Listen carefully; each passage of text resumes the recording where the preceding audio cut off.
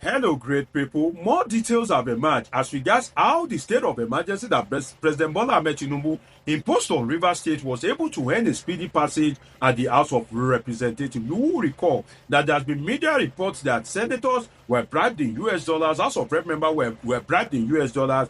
Today, I bring you the story of what transpired at the House of Representatives. How an honorable agreed that he distributed money to some House of Rep member. The amount he distributed, on what guise did he distribute that amount? What was his excuse? And we'll now be rationalizing it that if is the excuse he gave is true, then what is the rationality behind that excuse, and what does this say about him as a person and his love for his people? We'll be dissecting this and a whole lot more on this episode of Politics. Now, there is a journalist called Jaafar Jaafar. Jaafar decided to investigate the alleged bribery of lawmakers in Nigeria. So he reached out to one of the House of Rep member that his name was mentioned all over the place, in person of the chairman of the House Committee on FCT, Honorable Mukhtar Aliyu Betara. So when Jaafar reached out to Betara and he was, persistent in his request, Honorable Mukhtar Aliyu Betara, who is representing Borno State, now he responded to Jaafar, and Jaafar posted it on his X handle, which you can see on your screen. Let me read it to you. He said, the chairman of the House Committee on FCT,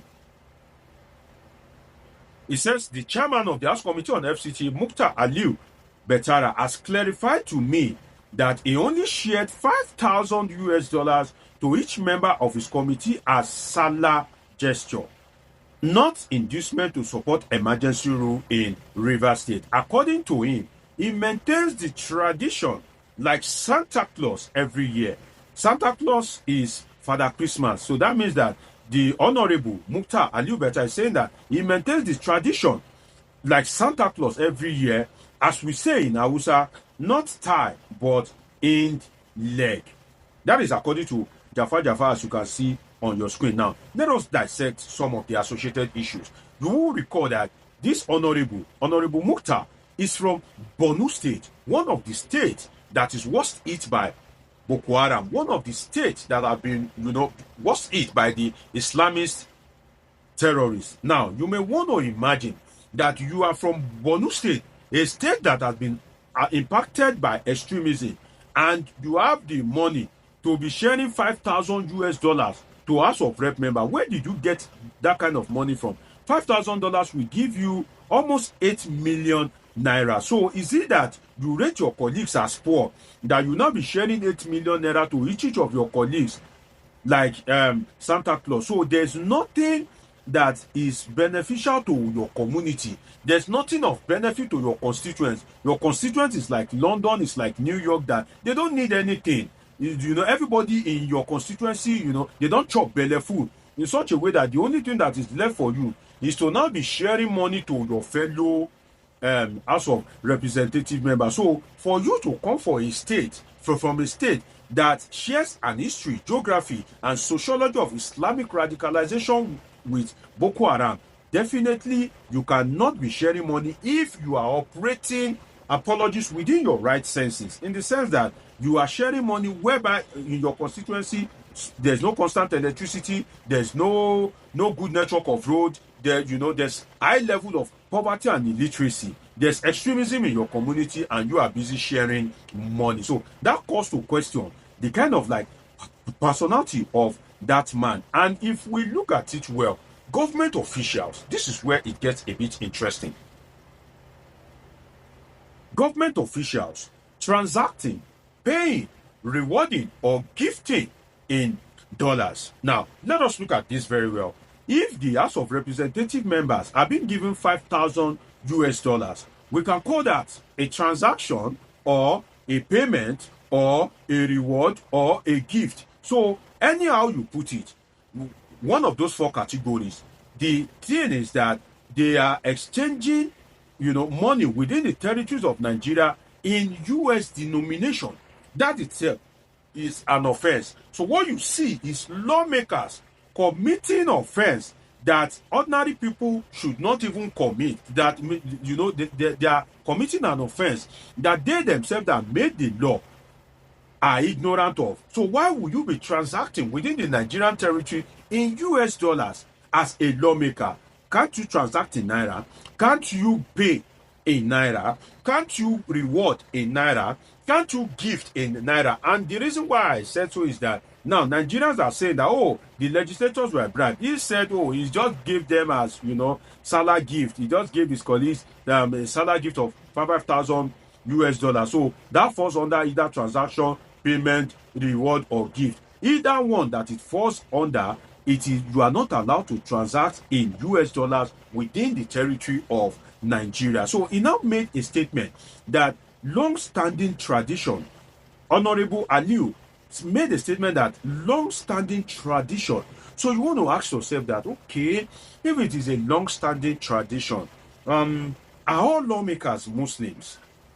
Are all lawmakers, are they Muslims? Then can we have a record of the amount that you've gifted people in your constituency? So all the lawmakers in the House of Representatives, are they Muslims? No, they are not Muslims. So if they are not all Muslims, so what will make you to say long-standing tradition? Are you segregating the Christians? Are you stereotyping the Christians? Or do Christians get? So is it that as you are giving the Muslims, you are also giving Christians? You see, if we have a functional country, the EFCC by now will be investigating all this and bringing the people to book. It is for EFCC, mainly know how to go after all these Yahoo boys.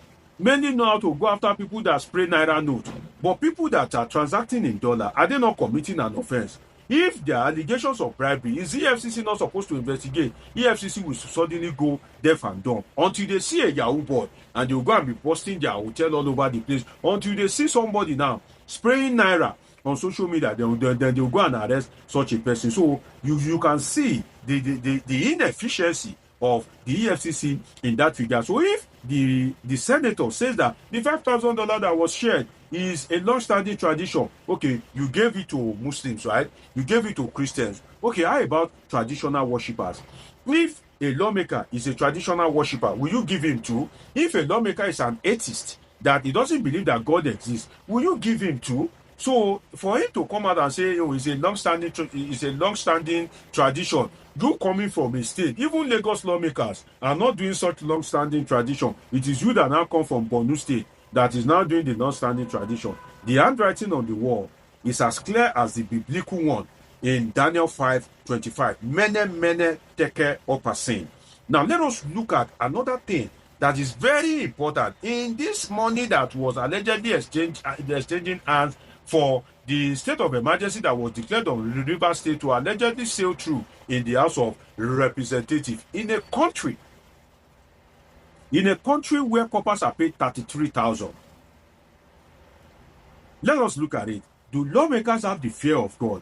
In a country where coppers are paid 33,000 naira, in the harsh economy, in the Tinubu regime, that coppers are given 33,000 naira, the minimum wage is 70,000 naira.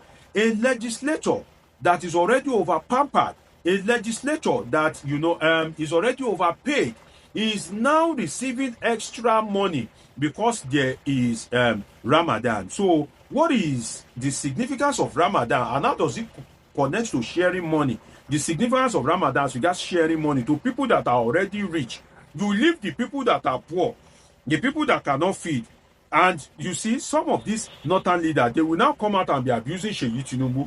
You are giving people $5,000 allegedly that, you want to give them as a Father Christmas. Seyi Tinubu is going to distribute rice. So you have not distributed rice to the poor. Then they will come out, somebody like Sule Lamido, and start abusing Seyi Tinubu. In a country where coppers are paid 33K, minimum wage is 70,000 naira. Some people are not paid that 70,000 naira. And you are busy distributing dollars. So the facts that they pay allegedly speaks for itself. Now, in a pampered democracy, you see what we have.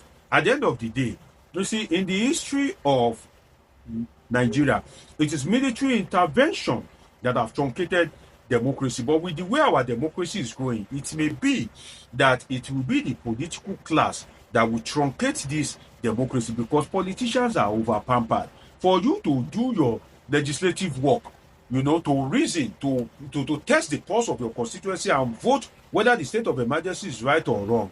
You guys are allegedly pocketing $5,000. So you want to imagine how they are over pampering themselves, how the common patrimony of the people is allegedly being used as a means of political transaction, political patronage. Why Nigerians continue to languish in anguish at a time whereby people are doing 30 days run challenge and they are talking about the sufferings in the polity. Senators, the House of Representative members are busy, rubbing their hands with dollars. So you want to imagine the kind of country that we are. What I can say is that look well as a Nigerian and know that politicians will always fight for themselves, will always hustle for themselves, will always settle for themselves, and that's why you shouldn't hate your neighbor, that's why you shouldn't curse your neighbor, and that is why you shouldn't die for these politicians when they are fighting themselves. It's been an interesting time with you on this episode of Politing with Dr. Omosholadeji. Do want to subscribe, turn on your notification button, catch up with my past videos, and of course I have great interesting videos coming your way.